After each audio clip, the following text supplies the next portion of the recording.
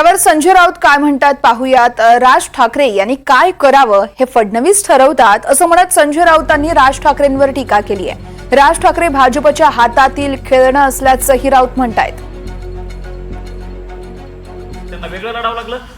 बघा, राज ठाकरे यांना खेळवलं जात आहे।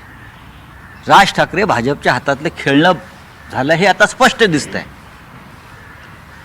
काल देवेंद्र फडणवीस यांच्या वक्तव्यातून स्पष्ट झालं आहे की राज ठाकरे हे भारतीय जनता पक्ष सांगतील त्या पद्धतीनं भूमिका घेत आहेत आणि त्याच्याविषयी मला आता मत व्यक्त करायचं नाही। लोकसभेत, विधानसभेत, आता महानगरपालिकेत देवेंद्र फडणवीस ठरवत आहेत त्यांनी काय करायचं हे। एका बाजूला महाराष्ट्रामध्ये, मुंबईमध्ये मराठी बोलायचं नाही, गुजराती मारवाडीमध्येच बोला असा भाजपचा आग्रह आहे।